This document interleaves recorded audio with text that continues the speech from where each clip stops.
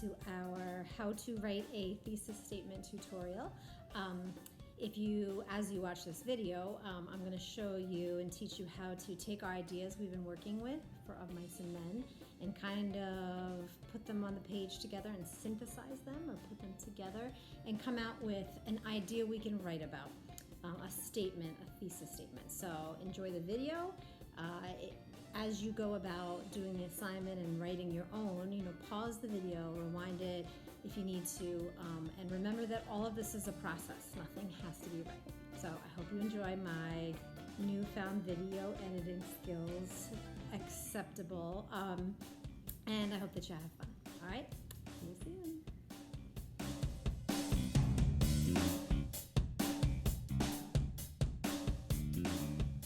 Hey everyone, it's me, Miss Walter, and I want to talk to you today about how to draw bunnies. No, I'm just kidding. I want to talk to you today about how to take the work that we've been doing in Of Mice and Men and turn that into a topic that we can write about. And when we think about writing, as you go into high school, you don't really write about topics anymore. You write about ideas, and we need to take all of the ideas and the work that we've been doing over the past couple days and think, how do I take those ideas and synthesize them into what we call a thesis statement, or the main point that you would like to make and argue in your what will be eventually your literary essay. So let me talk to you about what we're going to do today, and let me show you. So when we were reading, we took our notes. We have some ideas here. We have some quotes down here. We have our bigger ideas. We did that. We shared that with each other on our Google Slides. After we did that, we came up with, as you can see, my notebook here. I took a look at let me see if I can zoom in here for you guys. Nope, I can't. I took a look at this idea that I saw repeated of protection, and I noticed that on JD and Emily and Allison's ideas. If you're in third period, you saw that I wrote about protection. I thought about that. For period 7, I came up with suspicion, I saw, and I wrote about that. And then yesterday, when I made my video that had all that music in it that was way too loud, I wrote about loneliness. So I have all these ideas kind of percolating in my head. And now I have to think about, all right, now's choice time, right? I have lots of different things I can pick between what I'd like to write about and what I'm thinking. So I want to show you my process. So what I've done here is I'm going to find myself a new page. I'm going to write at the top. We're making something. So we're going to generate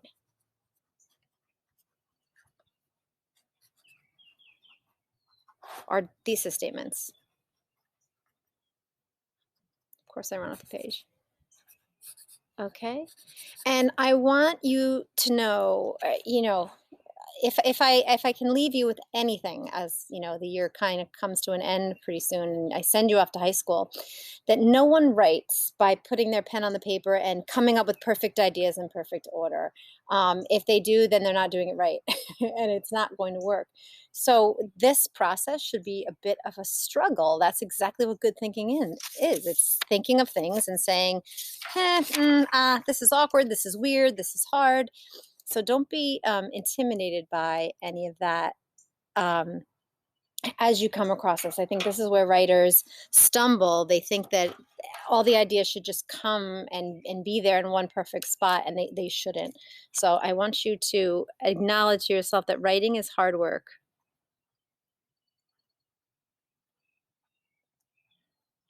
Okay, and don't feel like you need to get it right. Really, ever. I think every writer will always tell you, it's going to take me a long time to get anything right. Okay, so we're not focusing today on getting it right. We're going to focus on exploring. Okay. All right. So what I did is I took my ideas that I had. So if you remember, I was writing about loneliness. Oops. I was also writing about suspicion. Okay. And then as I went on, I was also writing about protection.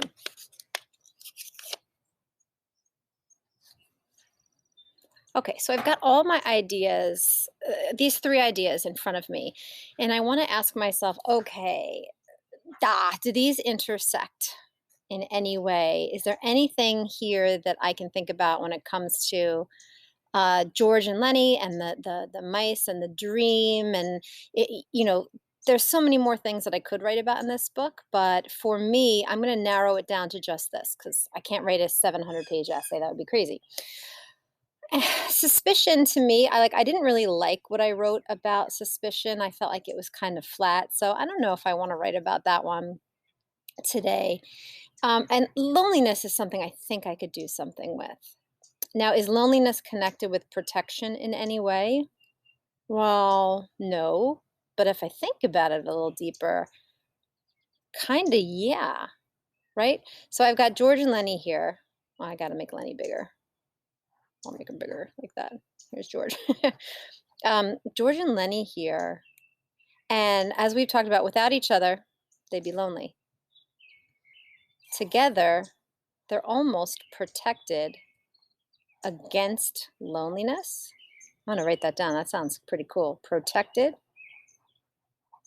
against loneliness.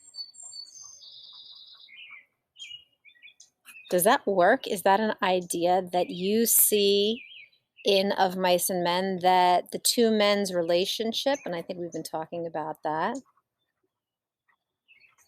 their friendship, kind of, did it protect them from the loneliness of this life, this 1937 life, this traveling migrant worker life? Did it protect them from all the challenges and difficulties and hardships of that life? I kind of think so. Woo! Okay, so I'm on to something. I'm going to draw a light bulb over here. It's probably going to be pretty bad, but that's okay. You guys forgive me for all my faults.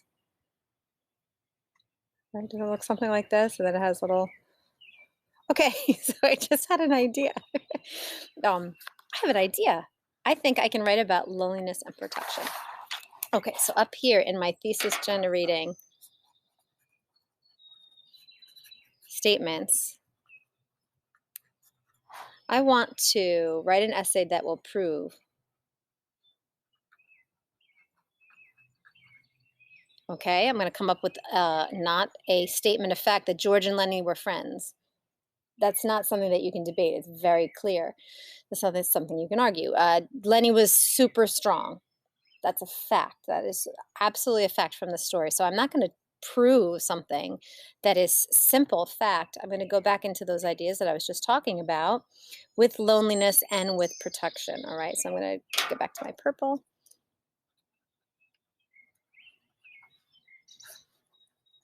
Okay, so right now I'm just going to write some sentences, some statements, and I'm going to struggle with them, and I want you to watch me struggle with them, because writing is a building process. It's having ideas, it's putting them together, it's crossing words out, it's thinking about what feels right, what doesn't. Okay, so my first idea, I'm just going to start. Let's start with the guys, Lenny and George. No, Lenny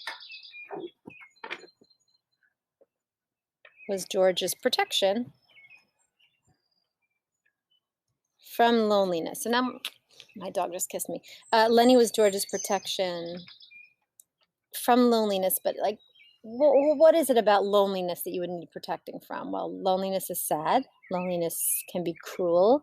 If you think about do you remember this? I wrote about that there was stabbing, there was aching, there was pain in loneliness, that someone could be crippled, that physical force. So maybe I can take those ideas and build on it and say, Lenny was George's protection from the cruel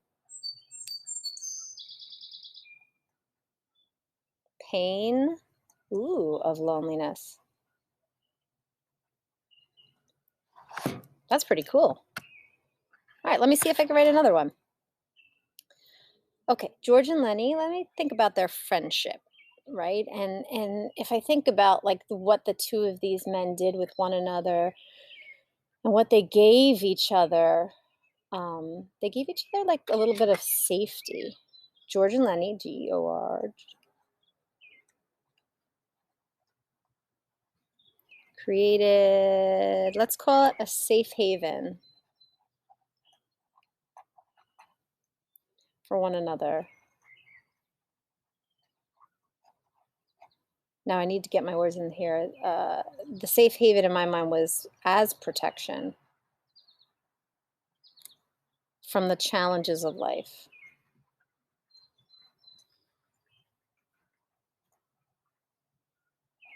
I like this one. I like this. I think it's a little more complex than this first one. Challenges of life seems like a little bit lame right now, but I can always add that. Okay, is there another way I can write this out? And notice I'm not marrying anything. I'm not saying this is the one I'm definitely going to write about. This is definitely the thesis statement I'm going to use. I'm really just exploring, right? So what if I think about their relationship a little differently? So I'm really interested in science. And I know that in science, there's this thing called a symbiotic relationship,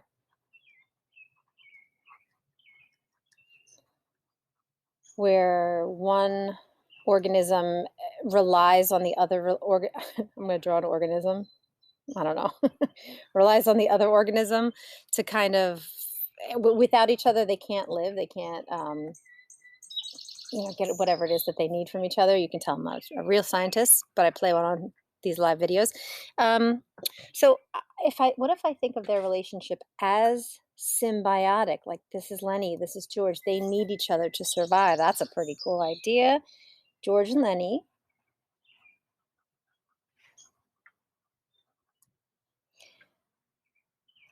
Symbiotic relationship.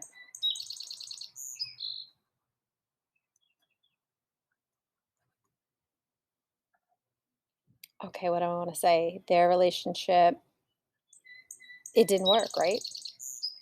It wasn't going to work. It couldn't ever work, right? Lenny's limitations, his physical and mental problems, physical meaning his for physicality he could not control. That was never going to work. Do I know a word for never going to work? Unworkable isn't really a word. Unsustainable is though. I need my verb was. Relationship was unsustainable in this time, right? But in this time isn't as thoughtful as I can make. We talked about that it was a time of migrant working. It was the 30s, the Depression. Things were really hard. And I've talked to you a little bit about the fact that George didn't have the capacity to care for a developmentally disabled adult. He was just a man. He was probably not educated in any kind of way past elementary type schooling. So I want to say the relationship was unsustainable in a time of limited resources.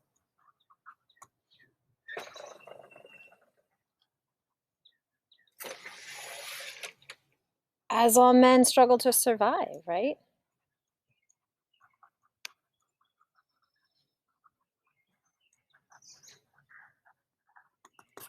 Okay, and maybe I even want to rephrase that as in a time to make it kind of parallel, in a time of this and also in a time